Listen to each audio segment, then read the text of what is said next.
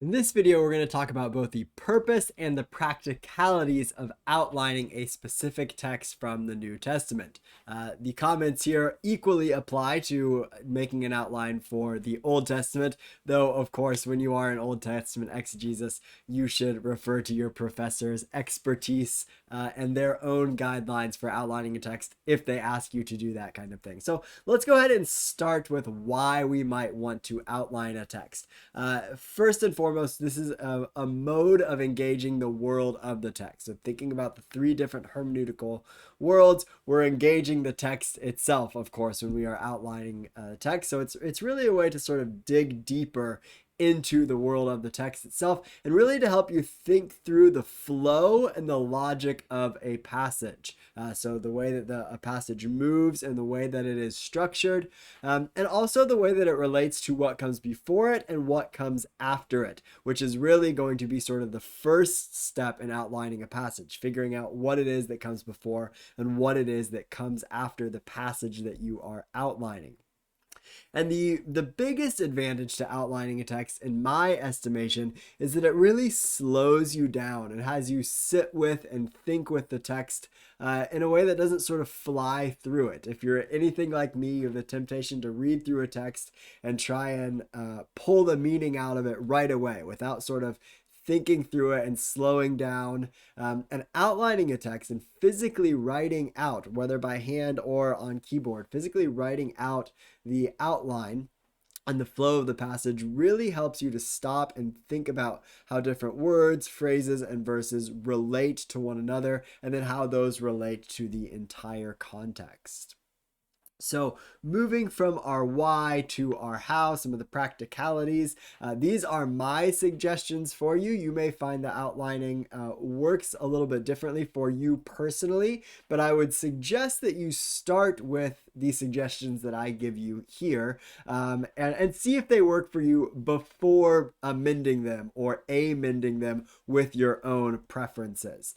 So I want to start by noting sort of conceptually that like exegesis, generally outlining a passage is an art and a science. There is some precision to it. There are tools for doing it, but at the same time, everyone's outline or two people's outline of the same passage may look radically different from one another, and that's sort of the aspect of outlining being an art, that you are producing something, and you're producing something often that is beautiful, that it's elegant, and that it explains something, it does something. Outlining is also, like exegesis, an ongoing process. You may outline a passage one day and come back to it the next day and decide you need to change your outline, or your outline may look different altogether. And then again, like exegesis, outlining is a practice that is, or it's a thing that is learned through practice. That the more you outline a text, the better you get at it. The more you're able to see the flow of a passage more quickly, and you're sort of able to do the mechanics of outlining faster. Another suggestion as sort of practicalities of outlining, I suggest working with a physical printed copy. So not only sort of a bound physical edition of the Bible, but if you can, printing out the copy just as you would when you're sort of marking a text. That if you have the copy printed out, you can continue to mark out the different chunks that you see in it, and you can mark the flow of the passage by printing out the copy. It sort of gives you some freedom to think with and annotate the text in different kinds of ways. So sort of the pecking order of what I would think is best. So least best would be to work with simply a digital edition of the text. The next worst, or the next best, depending on how you want to think of it, is working with a physical Bible. It's taking a physical Bible, opening it up, looking at it, and outlining based on what you see in the physical text. And then the best way to go about it would be to actually print off the passage and have it next to your physical printed Bible so that you can make marks on it as you go through the passage. Excuse me.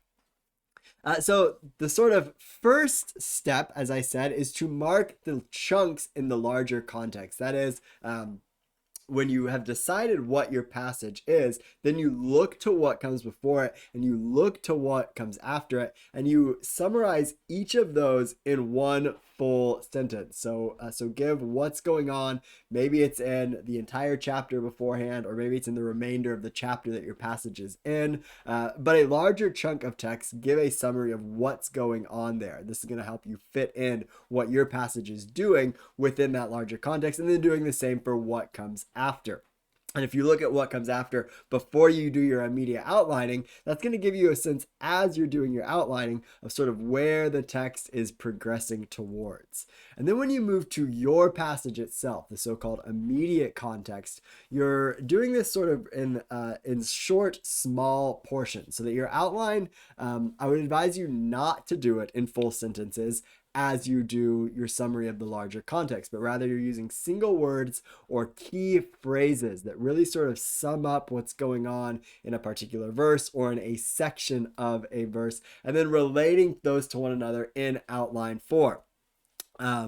And then after you have done this, after you've related them to one another in outline form, and I'm going to give you some more practicalities about this on the next slide, then you consider what you have done with that outline, how it fits with that sentence of the larger context of before and after the passage. That this really helps you think of what's going on here, and then what is in the middle, how that relates to those, and how it's sort of part and parcel with what comes before and what comes after.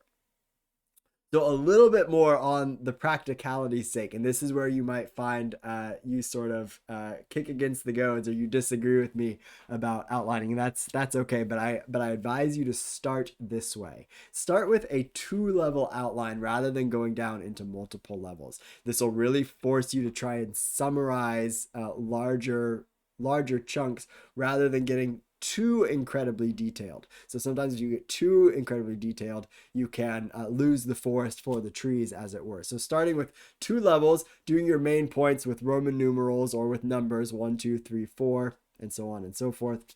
And then your subpoints with letters A, B, C, D, so on and so forth. And per outlining practices, you should not have a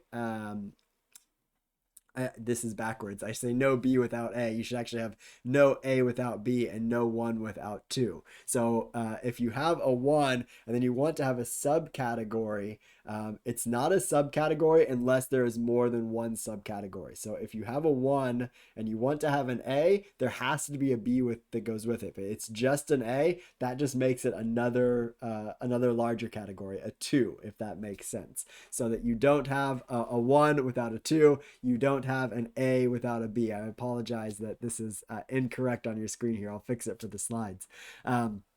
And then the other thing, practically speaking, is to make sure you provide chapter and verse references for both of those levels. And it's okay to break the verse references down into A, B, C, and D. So you can have, for example, 6-9A, 6-9B through C as in your parentheses related to these different points. So given you some of the sort of why and the how and the practicalities of outlining a passage, we're going to work on Matthew 6, specifically verses 9 through 13 together. And this is a familiar text to most of us, the Lord's Prayer. So what I want you to do is pause the video here. Best case scenario, you are able to have a printed version of the specific passage, Matthew 6, 9 through 13, right next to your physical Bible. Worst case scenario, you open up another tab and you open Matthew 6 in a Bible app or on a Bible website and work on your outlining from there. But I do encourage you to, if you can, write it down by hand. If not, type it up in a word processing. And then once you've done that, once you've gone through the process of outlining, which should take you probably, anywhere from 10 to 20 minutes, unpause. I'll still be here, I promise. And I'll walk through how I have outlined Matthew 6, 9 through 13, and we can compare some notes.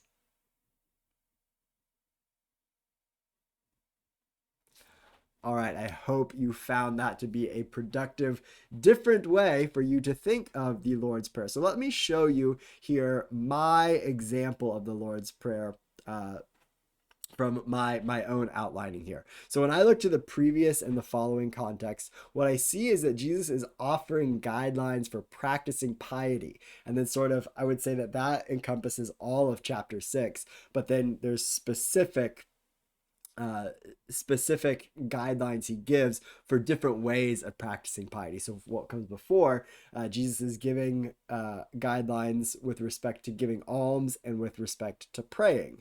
And then the following context, Jesus is offering guidelines for practicing piety specifically with respect to forgiveness, fasting, hoarding or not hoarding, and what one should or should not worry about. Then when I move to the text itself, the focus text, Matthew 6, 9 through 13, I see three main points, sort of, excuse me, 3-point outline here. We first have the instruction, namely the instruction to pray. And then we have the sort of petitions of the Father, or things that are related to the Father, the things that are related to God. And then the things that are related to the people. And these, I saw them all as sort of requests. So under subpoint 2, I have four different things that are related to the Father. So notice here that because I have an A, I have to have a B and following.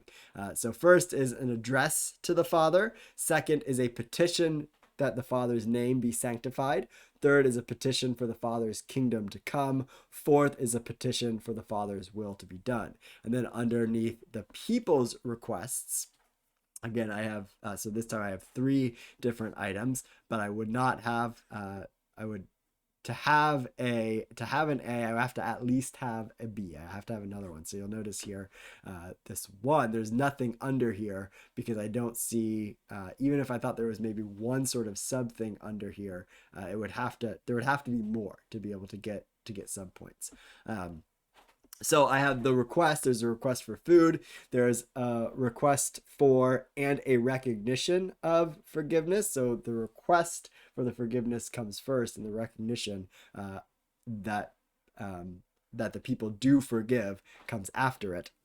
And then there's a request for the avoidance of trial and deliverance from the evil one that sort of rounds out Matthew's version of the Lord's Prayer. So this is what mine looks like. Again, yours might not look quite like mine, but I wanted to give you a sense of what outlining should look like. And you'll notice sort of here that by only having the 2 levels, there's sort of an elegance, there's an elegance to the outline.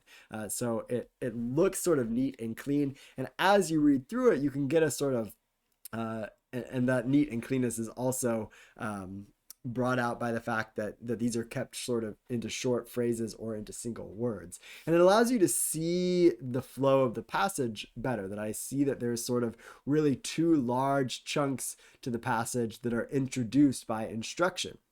And so then when I think about how this particular passage relates to what comes before and what comes after, I really see it as a sort of specific instruction or a specific example of how to practice piety with respect to praying, that we're getting a concrete example from Jesus of what it looks like to practice piety, specifically how one ought to pray.